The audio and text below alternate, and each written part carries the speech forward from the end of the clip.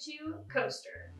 In your kit, the materials included are a piece of plastic canvas, a piece of drawer liner, some black, yellow, red, and white yarn, a plastic needle, the pattern that we're going to be following, and then not included in your kit, you will also need some scissors. To get started, we're going to work on the outline of the Pikachu first. You're going to need your black yarn.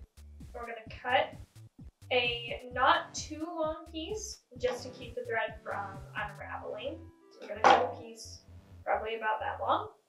Not super long, not super short. Set that to the side. To thread the needle, you're going to pinch the very end of it. So with just the edge is in between your finger and the pad of your fingernail and the pad of your finger. And then you're just going to thread it through, just like that. You're going to need a little bit of a tail at the end whenever this piece gets really short. So we're going to start at this ear right here. The pattern is pretty self-explanatory, but we're going to go just around the very edge with the black. So what we're going to do is we're going to start in this square right here, and we're just going to pull that yarn through.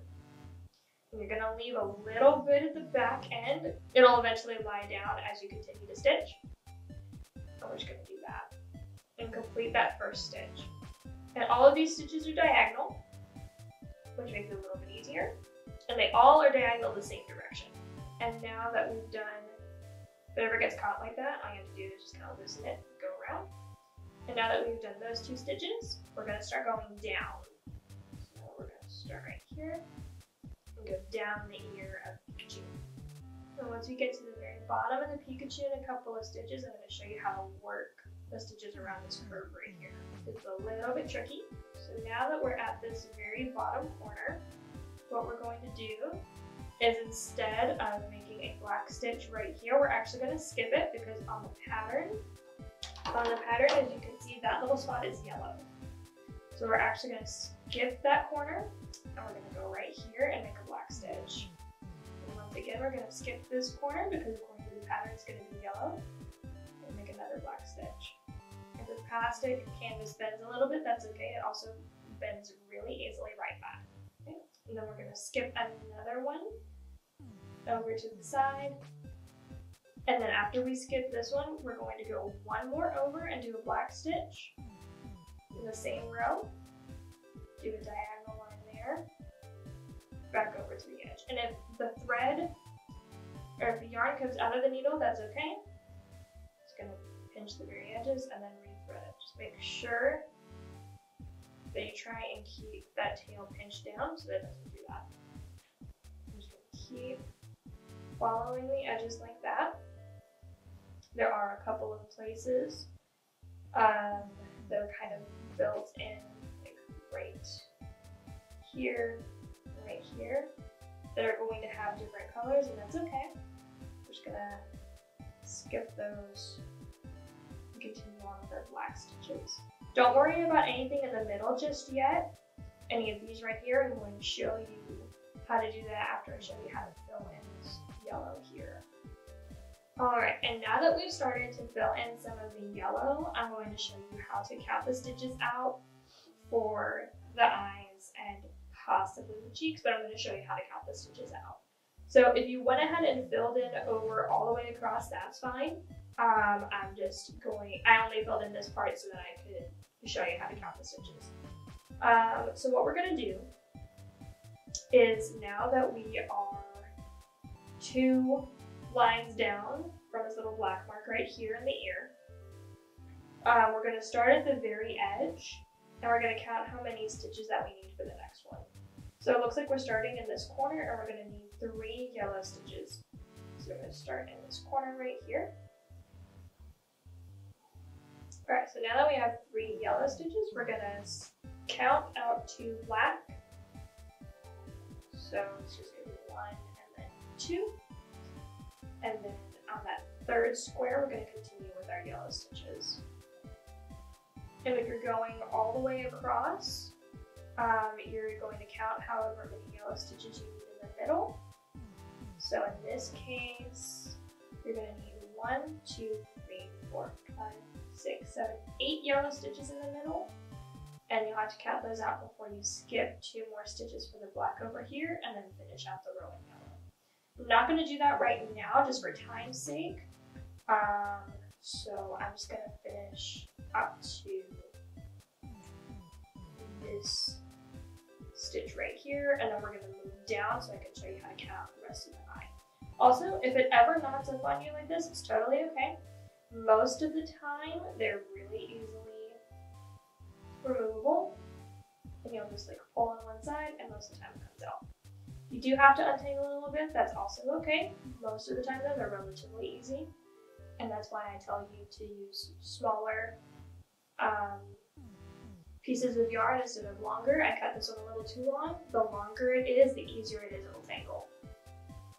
So now that we're done with this row, just for now, we're gonna go down, and because of where I'm at, I'm gonna count how many stitches I need before we start counting out the black and white stitches again. So I just need 2 on this row. And now I'm gonna count out 1, 2, 3, 4 stitches. So 1, 2, 3, 4. And then I'll have 2 yellow stitches at the end of this row. And it's okay that whenever you do that, it kind of crosses over at the back here. That's perfectly fine. Once again, it'll be hidden by the drawer liner once we attach that at the very end. And then it's the same number of stitches for the next row. So it's just going to be 2 yellow on this side. Count 4. 1, 2, 3, 4. And then the 5th square is where I continue my yellow. Alright, and then the next row looks like it's going to be a little bit different. So I'm going to have 2 yellow stitches, and then I'm going to have to count 2, and then finish out the row in yellow, like I did up at the very beginning of the eye. So I have 3 yellow stitches this time. The eye on this thing is a little bit bigger than I'm used to, so it's a lot easier for me to lose the tail in. And then we're going to count out the 2. 1, 2. And then continue with 3 stitches at the end of this row. And you'll do the same thing for the next row, and then you start cutting out the red stitches for the cheek.